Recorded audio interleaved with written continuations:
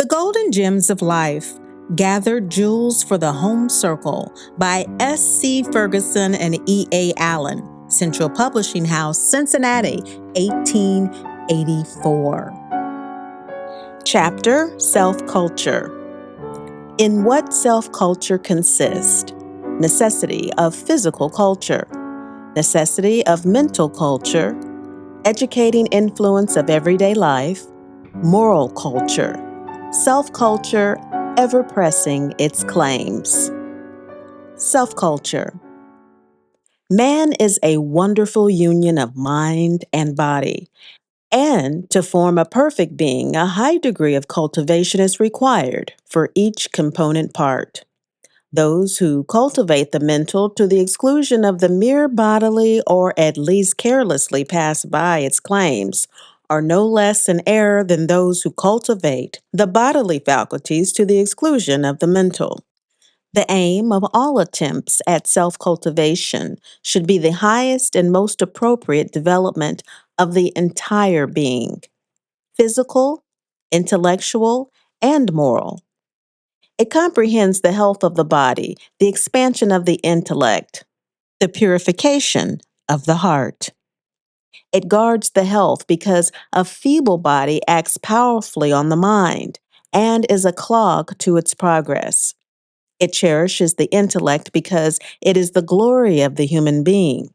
It trains the moral nature because if that is weak and misdirected, a blight falls upon the soul and a curse rests upon the body.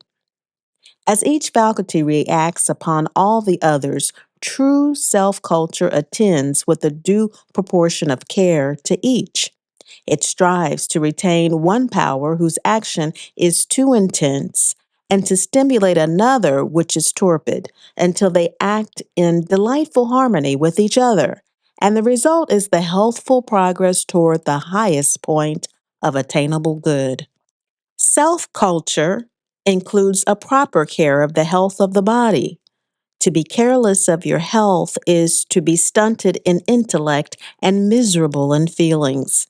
You might as well expect to enjoy life in a dilapidated and ruined habitation, which affords free admission to the freezing blast and the pitiless rain, as to be happy in a body ruined by self-indulgence. The body is the home of the soul.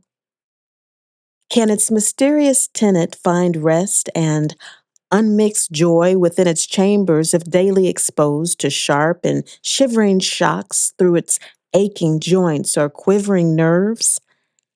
How many bright intellects have failed of making any impression upon the world simply because they neglected the most obvious of hygienic laws? If God has bestowed upon you the inestimable gift of good health and a good constitution, it is your duty as a rational creature to preserve it.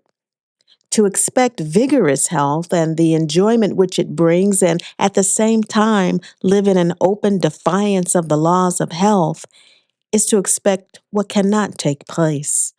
Not only is good health thus of a factor as the mind in the work of success, that it is just as worthy to be cultivated so as to grow in strength and beauty and the development of all those faculties which go to make a physically perfect man or woman.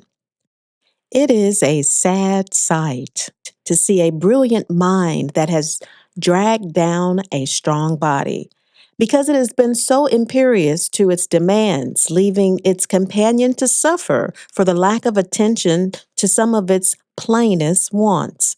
It reminds one of a crazy building tottering under its own weight, yet full of the most costly machinery, which can be run, if at all, only with the greatest caution, or the entire fabric will crumble to ruins. The lesson cannot be too soon learned that while the human body is most wonderfully complex in its organization, still, such is the perfection of all nature's works, that all that is demanded of us is compliance with simple rules to enable us to enjoy health. That it is our duty, as well as our privilege, to so train and cultivate the body that it will answer readily all demands made upon it by an enlightened mind, and will perform all its appropriate functions in the great work of life. Self culture also implies suitable efforts to expand and strengthen the intellect by reading, by reflection, and by writing down your thoughts. The strength and vigor given to the mind by self culture is not materially different from that expressed by the term education in its broad and comprehensive meaning. Intellect being the crowning glory and chief attribute of man, there can be no nobler aim to set before oneself than that of expanding and quickening all of its powers. Rightly lived, our everyday life and actions conduce to this result. Our education is by no means entirely the product of organized schools. Our hired teachers and printed books are not all that act on our powers to develop them. Life is one grand school, and its every circumstance a teacher. Society pours in its influence upon us like the thousand streams that flood the ocean. Scholastic men and women speak of book education.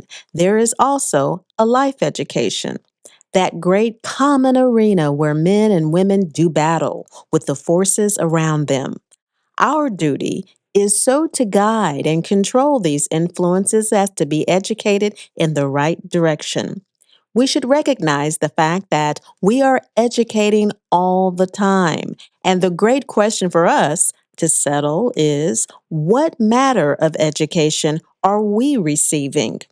Some are educated in vice, some in folly, some in selfishness, some in deception, some in goodness, some in truth. Every day gives us many lessons in life. Every thought leaves its impression on the mind. Every feeling weaves a garment for the spirit.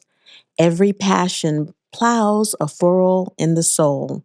It is our duty as sentient moral beings so to guide and direct these thoughts, feelings, and passions that they shall educate us in the right direction.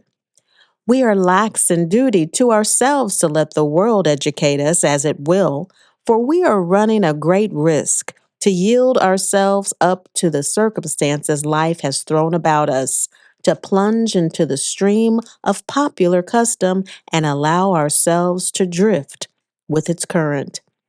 But aside from the practical education of everyday life, we are to remember in our efforts after self culture that it is also obligatory upon us to seek the discipline afforded by books and study. In the pursuit of knowledge, follow it wherever it is to be found. Like fern, it is the product of all climates. And like air, its circulation is not restricted to any particular class. Any and every legitimate means of acquiring information is to be pursued, and all the odds and bits of time pressed into use. Set a high price upon your leisure moments. They are sands of precious gold. Properly expended, they will procure for you a stock of great thoughts. Thoughts that will fill, stir, invigorate, and expand the soul. As the magnificent river rolling in the pride of its mighty waters owes its greatness to the hidden springs of the mountain nook, so does the wide, sweeping influence of distinguished men date its origin from hours of privacy resolutely employed in efforts after self development. We should esteem those moments best improved, which are employed in developing our own thoughts rather than acquiring those of others, since in this kind of intellectual exercise, our powers are best brought into action and disciplined for use. Knowledge acquired by labor becomes a possession, a property entirely our own. A greater vividness of impression is secured, and facts thus acquired become registered in the mind in a way that mere imparted information fails of securing. A habit of observation and reflection is well nigh everything. He who has spent his whole life in traveling may live and die a thorough novice in most of the important affairs of life, while on the other hand, a man may be confined to a narrow sphere and be engrossed in the prosaic affairs of everyday life, and yet have very correct ideas of the manners and customs of other nations. He that studies only men will get the body of knowledge without the soul. He that studies only books, the soul, without the body. He that to what he sees adds observation, and to what he reads reflection, is in the right road to knowledge, provided that in scrutinizing the hearts of others, he neglects not his own. Be not dismayed at doubts, for remember that doubt is the vestibule through which all must pass before they can enter into the temple of wisdom. Therefore, when we are in doubt and puzzle out the truth by our own exertions, we have gained a something which will stay with us and serve us again. But if to avoid the trouble of a search, we avail ourselves of the superior information of a friend, such knowledge will not remain with us. We have borrowed it and not bought it. But man possesses something more than a mere body and intellect. He is the possessor of moral faculties as well. A true self culture will be none the less careful to have the actions of these refined and pure than it is to possess physical health on the one hand and mental vigor on the other. Indeed, since your happiness depends upon your healthful condition more than upon the state of your body and intellect, your first care should be devoted to giving careful attention to your moral nature. With disordered moral faculties, you will be as a ship without a helm, dashed on bars and rocks at the will of winds and waves. It is the vice of the age to substitute learning for wisdom, to educate the head, and to forget that there is a more important education necessary for the heart. Let the heart be opened, and 1,000 virtues rush in. There is dew in one flower and not in another, because one opens up its cup and takes it in, while the other closes itself and the drop runs off.